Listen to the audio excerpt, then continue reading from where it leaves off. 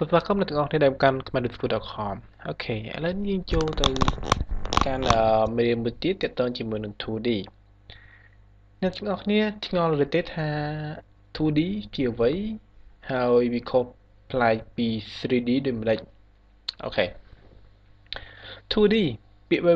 ពេញរបស់វាគឺ two dimension ហើយ 3D គឺ three dimension ហើយ 2D គឺតែងតែរត់ទៅលើអ2នេះដែលមានឈ្មោះថាអy ហើយនឹង x នេះជា x ហើយនេះជាក្រាក់ y ហើយ 2D គឺតែងតែរត់លើអា2ហ្នឹងវាអាចពត់ជំវិញអា2ហ្នឹងអាចពត់ជំវិញអានេះឬមួយក៏វារត់ទៅលើអានេះឬក៏អានេះចឹងមិនន័យថាវាលេងតែអា2ទេមិនថាមានតែអា2គត់ដែលវារត់ទៅលើអូខេឥឡូវយើងចាប់ដើមជាមួយនឹងការប្រើ 2D ខ្ញុំបានបង្កើត file .html មួយខ្ញុំទៅបើកខ្ញុំសិននេះ 2d.html ហើយទៅមើលកូដវាខ្ញុំឲ្យ body margin 0 padding 0ហើយ take align center អូខេខ្ញុំចង់ឲ្យនេះទាំងអស់នេះរត់ទៅចំកណ្ដាលរបស់ page ស្រួលមើលហើយខ្ញុំបានឲ្យ div ទាំងអស់នេះគឺទំហំវាកម្ពស់ហើយបដ ដោយរបស់វាហើយ margin វាគឺ200ហើយបើថង200ដោយសារអីដោយសារចង់ឲ្យងាយស្រួលមើលហើយដាក់ border វាហើយ background វាអូខេឥឡូវនៅក្នុងការសរសេរ 2D ខ្ញុំនឹងបង្ហាញអ្នកនរអំពី5 function function ទី1 translate គឺជាការបដូរទីតាំង function ទី2 rotate គឺជាការវិលជុំវិញអាអូខេហើយ scale នេះគឺជាការពង្រីកទំហំ skew គឺជាការផ្ដេកធ្វើឲ្យផ្ដេកហើយ matrix នេះគឺ matrix មួយនេះគឺក្តាប់ function ទាំង3នេះ9នេះអូខេអញ្ចឹង function ទាំង5នេះទាំងអស់នេះអាចធ្វើការបង្កើត 2D បានងាយស្រួលឥឡូវខ្ញុំចូល HTML ខ្ញុំគឺជាបង្កើត div មួយឈ្មោះថា translate ខ្លះវា translate ខ្លះទាំងអស់នេះ translate scale rotate skew ហើយនឹង matrix ចាប់ដើមជាមួយដំបូងបំផុតគឺ translate អញ្ចឹងខ្ញុំដាក់ div dot class មួយគេ translate អូខេ translate គឺជាការបដូរទីតាំងខ្ញុំទៅប្រើសាររបស់ខ្ញុំហើយខ្ញុំ note វាជាមួយអ្នកនេះមើលខ្ញុំគូសចេះហើយនឹងគូសចេះអូខេម្ដងទៀតអត់ស្មើសោះអូខេនេះគឺជាទីតាំងអាចារ្យរបស់វាចេះនៅពេលដែលខ្ញុំប្រើ translate គេប្រើបដូរទីតាំងយ៉ាងម៉េចវិញអញ្ចឹងខ្ញុំអូខេមុននឹងចូលដល់ translate ខ្ញុំសូមបញ្យល់សិនដើម្បីបង្កើត 2D បានអ្នកទាំងអស់នេះត្រូវប្រើកូដចំនួន3 line ហើយ3 line នេះគឺយើងប្រើគ្រប់ browser គឺយើងប្រើ line ទី1 ms ដូចជាមេរៀនមុនចឹង ms transform WebKit transform និង transform standard តែម្ដងអូខេសំណួរសួរថា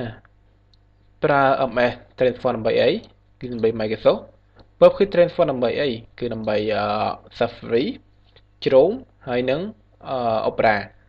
just transform នេះគឺប្រើជាលក្ខណៈ standard ហើយ function ទាំង5នេះគឺជា function របស់ class transform គឺជា class មួយដែល class នេះវានឹងហៅ function ទាំងអស់នេះទៅប្រើបើសិនជាអ្នកទាំងអស់គ្នាមិនប្រើ transform ទេអញ្ចឹង function នេះក៏អត់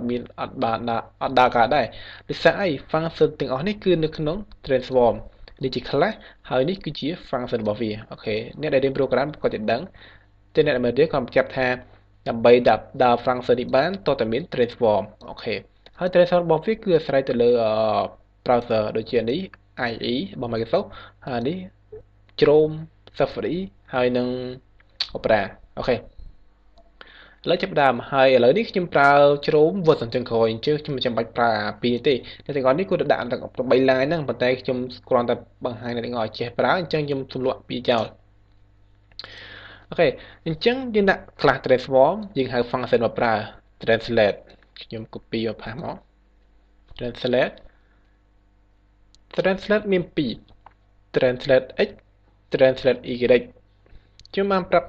ពីមុនថា translate សម្រាប់ប្ដូរទីតាំងអញ្ចឹង translate ទាំងប្ដូរទីតាំង element ទៅលើ x ហើយនិង y ឥឡូវខ្ញុំ x មុន translate x អូខេខ្ញុំដាក់ឲ្យ 100px ខ្ញុំនិយាយដើមអញ្ចឹងអានេះជា y ហើយអានេះជា x ហើយយើងដាក់ translate x វានឹងរត់ទីតាំងទៅតាមកន្លងនៃ x អូខេលុបចោល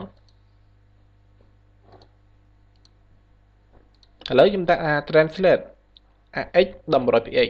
ខ្ញុំទៅ refresh page ទីតាំងចាស់វា refresh page អូខេនេះ x នេះជា x ហើយអានេះតាំងចាស់របស់វាអានេះទីតាំងថ្មីរបស់វា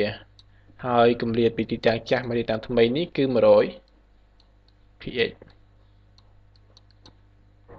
ស្រួលទេស្រួលអូខេអញ្ចឹង translate x គឺជាការបដូរទីតាំងទៅលើកន្លងនៃ x ប៉ុន្តែយើង compare វាគម្លាតវាគឺពីទីតាំងចាស់ទៅកាន់ទីតាំងថ្មីទីតាំងចាស់មកនេះយើងរត់ 100px ថយរហូតដល់ 100px លើកន្លង x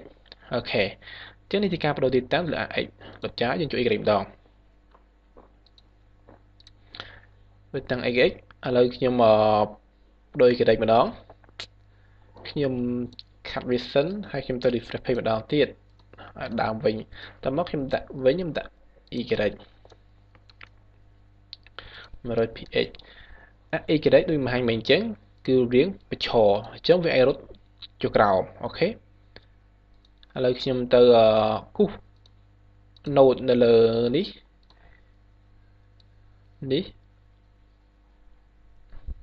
អូខេ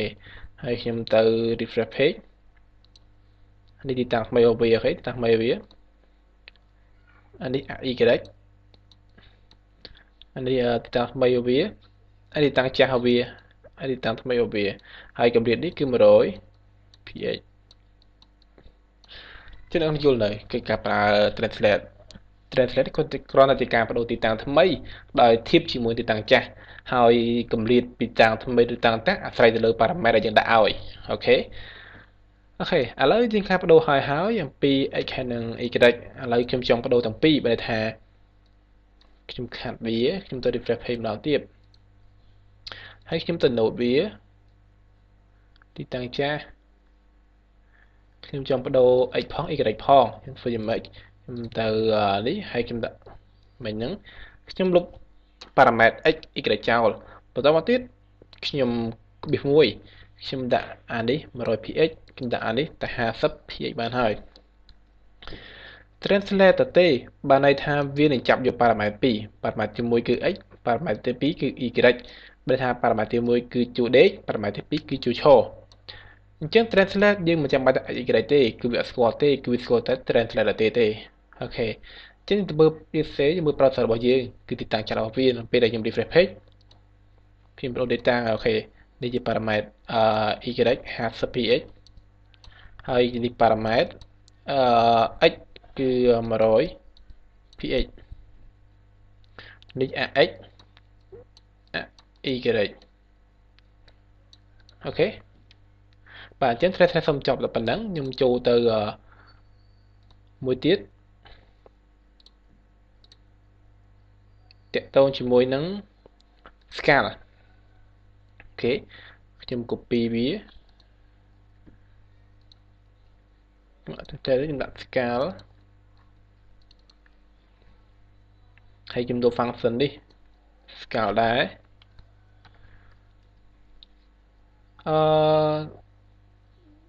ខ្ញុំទៅ refresh page ខ្ញុំទៅមើលនេះ scale នេះ scale និយាយទៅ scale ម្ដងខ្ញុំសួរថា